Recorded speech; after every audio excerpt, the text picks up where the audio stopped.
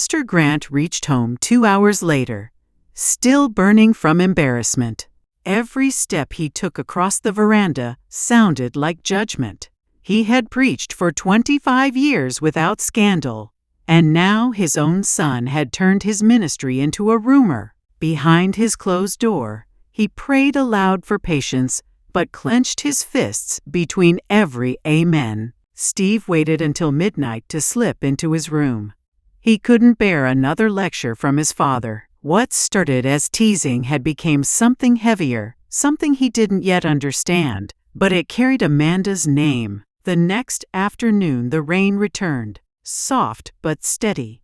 Then it stopped. Amanda was locking the choir room when she saw Steve leaning against the gate, head down. She wished there was another way out to avoid him, but she had no choice but to walk past him. "Before you cuss me out, I came to say sorry." His voice was low, stripped of the swagger that usually annoyed her. He told her he hadn't meant to embarrass her or his father, and that the whisper in her ears yesterday wasn't a stunt.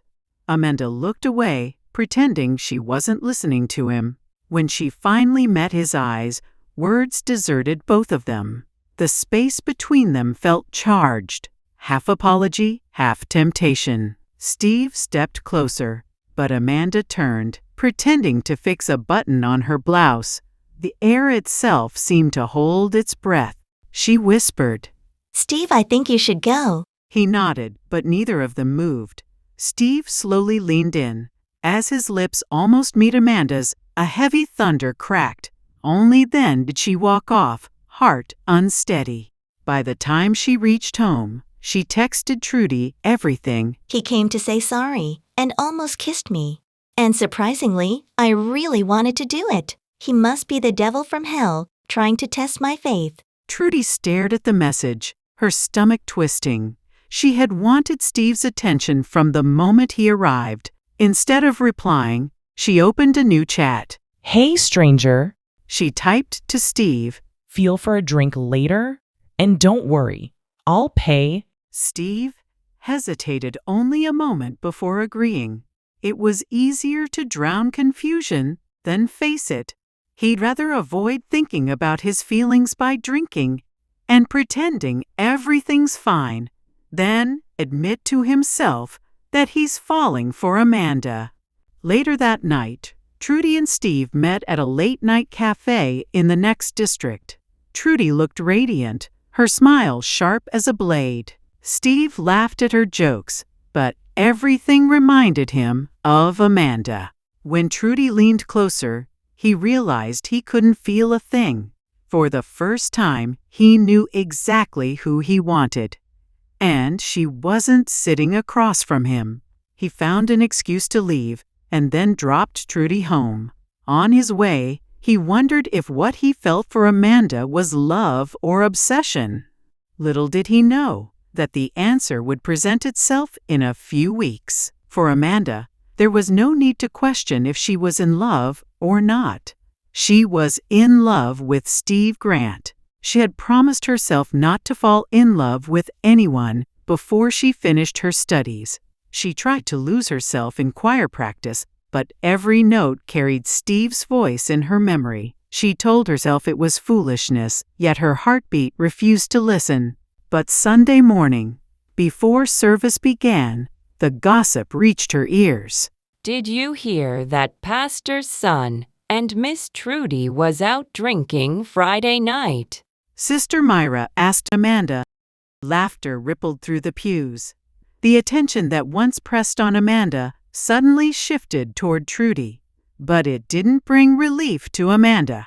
It burned instead. Amanda didn't sit beside Trudy. She sat alone. When Steve entered, Amanda kept her eyes on her songbook. She felt betrayed. Pastor Grant, already aware of the talk, summoned his son after the benediction. "This ends now. You're turning my ministry into mockery, and if you bring one more shadow over my ministry, I'll send you back to Kingston," said Pastor Grant.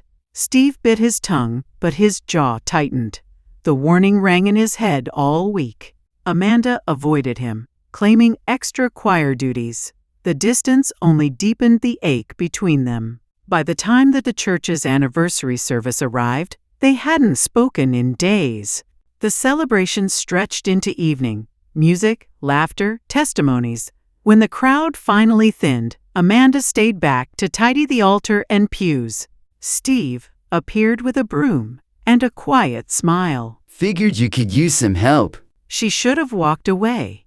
Instead, she stayed. He explained, and she forgave him.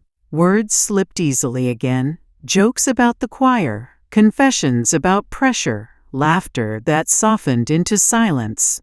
When she turned to thank him, he was close enough for her to feel his breath. Her heart raced, confusion mixing with desire and fear.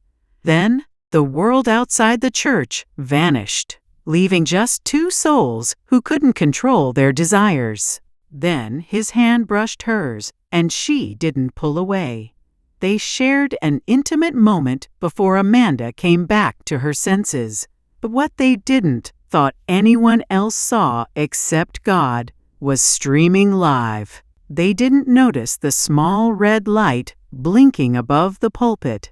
The anniversary live stream had never been turned off. While they were locked in that moment, the camera recorded everything, broadcasting it quietly to anyone who hadn't yet left the feed. You have reached the end of part 2.